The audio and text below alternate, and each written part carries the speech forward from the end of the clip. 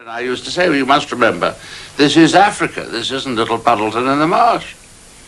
And they behave differently, and they think nothing of sticking tent poles up each other's whatnot, and doing filthy, beastly things to each other. It does happen, I'm afraid. It's a very wild thing in an election.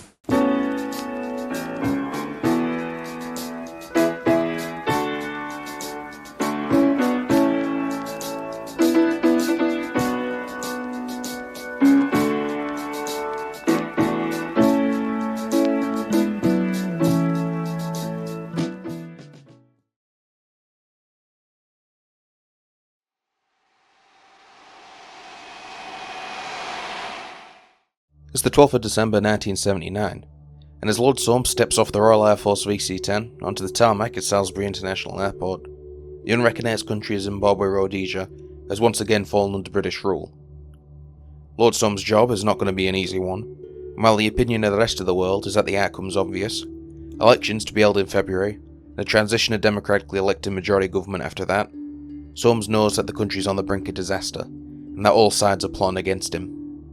The only people he knows aren't working against him are a woefully under-equipped and overextended Commonwealth force, known as the Monitoring Force.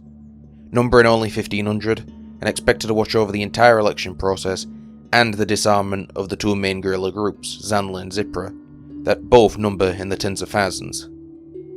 The first few weeks of his governorship are rocky to say the least, with law and order on the verge of collapse, and the former Rhodesian army still acting as if they run the show.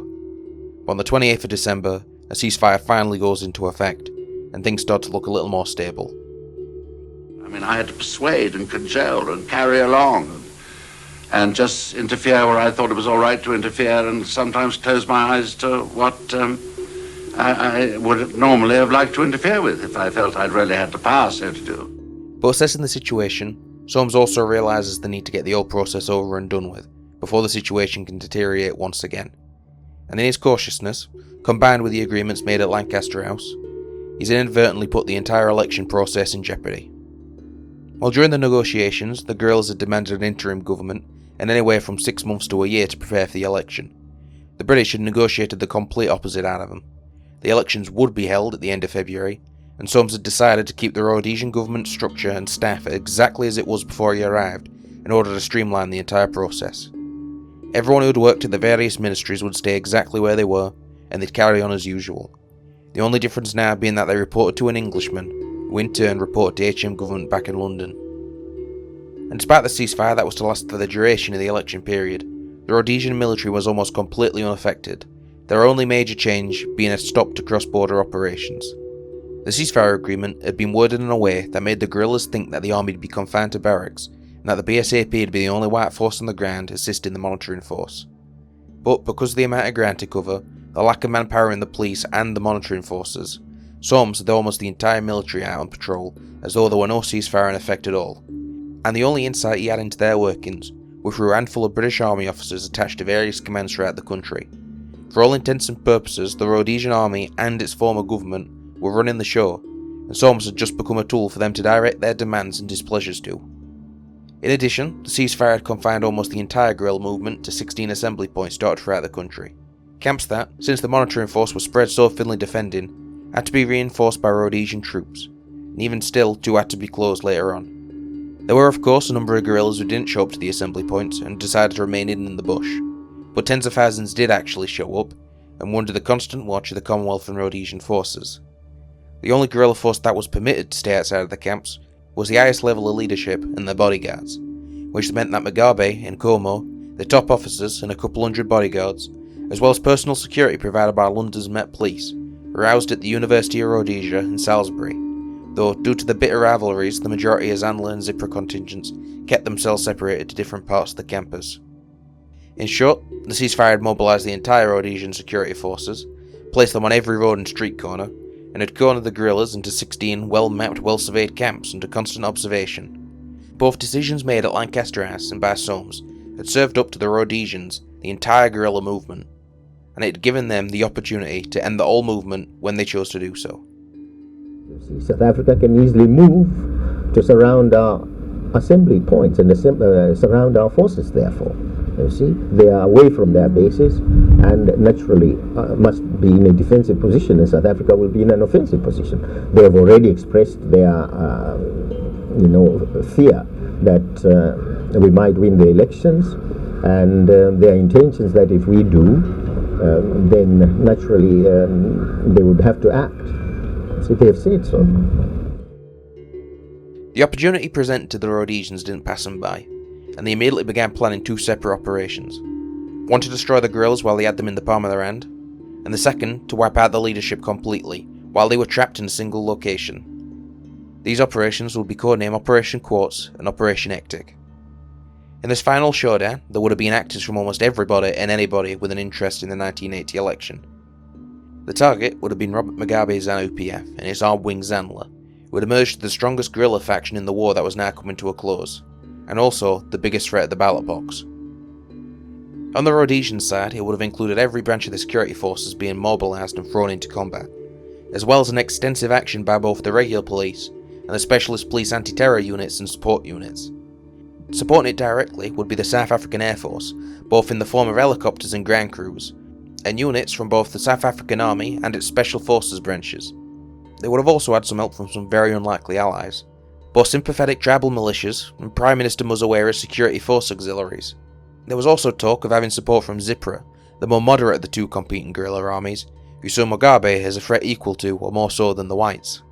But then there was the wild card, the monitoring force. No one knew what they'd do in response to the beginning of the operation, or if Soms would order them to step in at all, or if he could prevent them stepping in by themselves if they took matters into their own hands, especially when its members came from half a dozen different countries, and were under half a dozen different commands. In recent months there have been one or two statements which are just untrue, and I think I'd like to take this opportunity of saying that whilst I think the news media have the absolute right to state any adverse comment or opinion they might have about any person or any place or any group or any country, I don't believe they have the right to say something happened if it never happened. And ladies and gentlemen, I never attended a mutinous assembly or a riotous group of soldiers or any kind of group that didn't behave in the normal way that soldiers have behaved throughout my service. It just never happened at the Selous Scouts or anywhere else.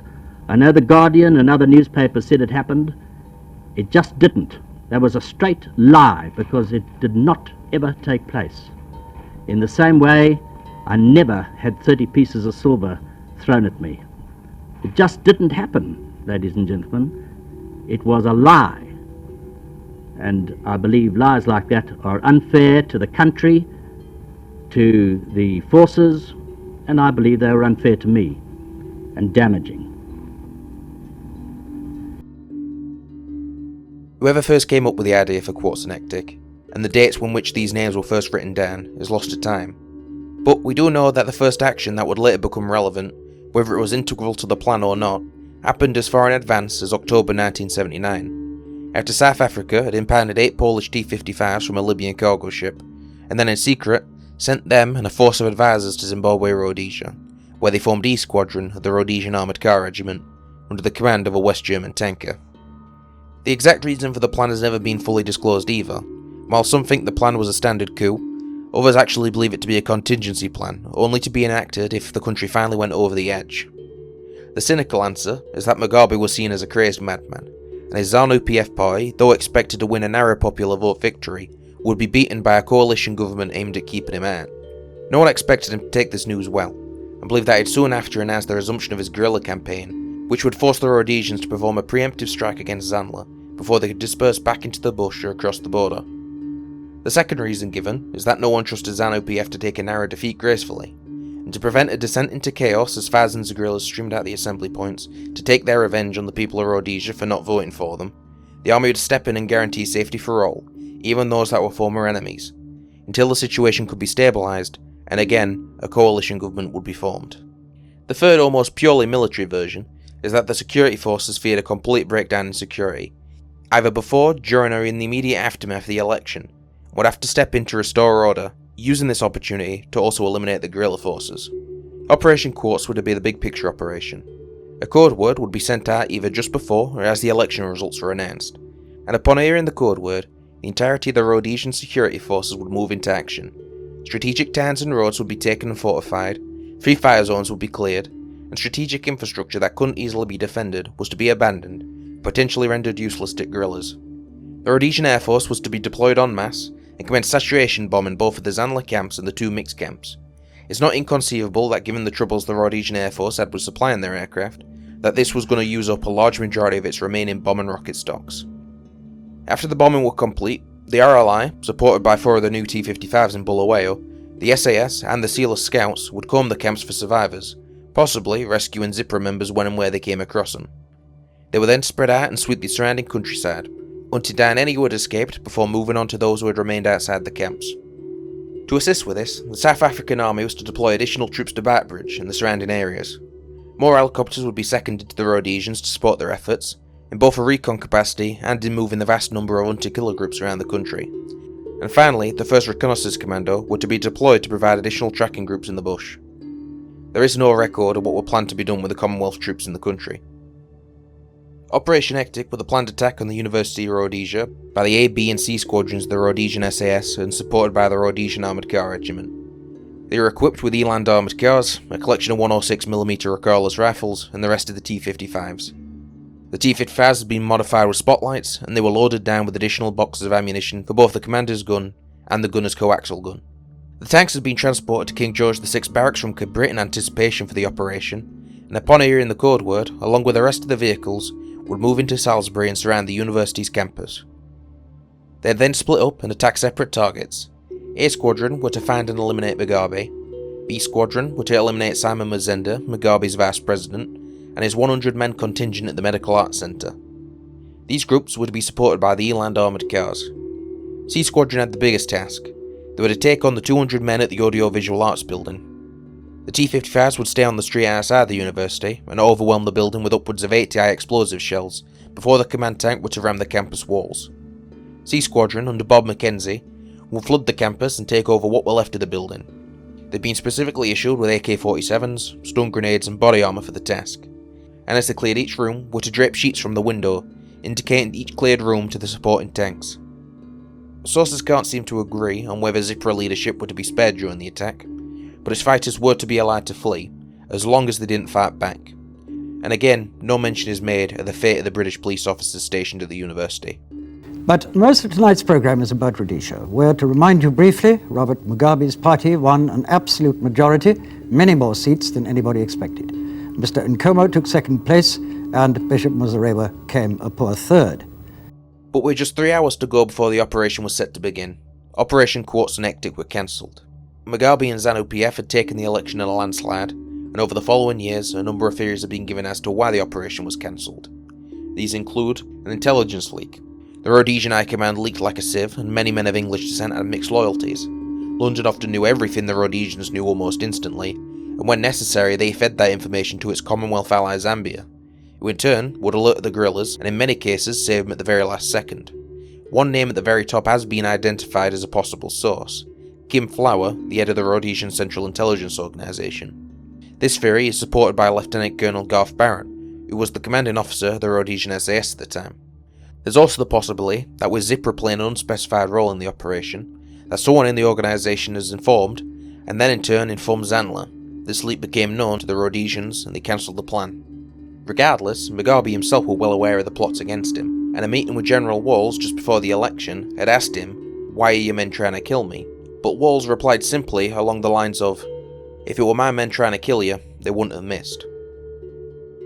The other most plausible theory is that the Rhodesians had vastly underestimated ZANU-PF's influence, and when the results started coming in, Walls simply couldn't justify going up against a force that, at least on the surface, was supported by 63% of the country, especially when Muzorewa, the candidates the whites were relying on as their guy, got 8.3%. It appeared to them that there was simply absolutely no will to continue the fight. It has also been suggested that the plan itself was a false flag. The Rhodesian military had in the past been aware of a desire among some officers to take over the country and once again return it to white minority rule. So General Walls spread the plan amongst the entire military to give the renegades something to look forward to, and so they wouldn't act out on their own. This is even backed up by Wall's appearance on television soon after the operation was cancelled, when he shut down the idea of anyone carrying on with the plan of their own accord, and saying, quote, "Anyone who gets out of line, or for whatever reason starts disobeying the law, will be dealt with effectively and swiftly." When push came to shove, Walls took the right decision right the way down the line, including deciding that he would not support a coup at the end, and there was much pressure, I have no doubt, put on him for that. I have already given him our assurance that we do not intend to disrupt the services as they are. If we are going to effect any changes, this will take some time. I said to him, but how can I, as an avowed anti-Marxist, work for a person like you? And he said, well, you must know, General, that the teachings of Karl Marx are identical to those of Jesus Christ. And I said, I can't possibly accept that, but I can't argue with you on an intellectual thing like that now. In the end, the plan was quietly shelved, and the records were ordered to be destroyed, though some copies do exist in various collections. Those who stayed on, the independent Zimbabwean military kept a low profile, but in July, following a BBC interview in which Walls mentioned attempts to nullify the election, he became a much-needed distraction from the first farm murder to hit post-independent Zimbabwe, and he left the country for South Africa soon after. But whatever the possible outcome, it didn't happen in the end. And it's become a largely forgotten about what if that I hope has been interesting to hear about. This video took a lot of research, and I read a number of books and articles about the war, both at the bigger picture level and the individual level, and these will be listed below. And if you made it this far, thank you for watching. I'm glad I finally got to finish one of these longer projects, and any feedback is appreciated, and I hope you'll stick around for more weird footnotes from history.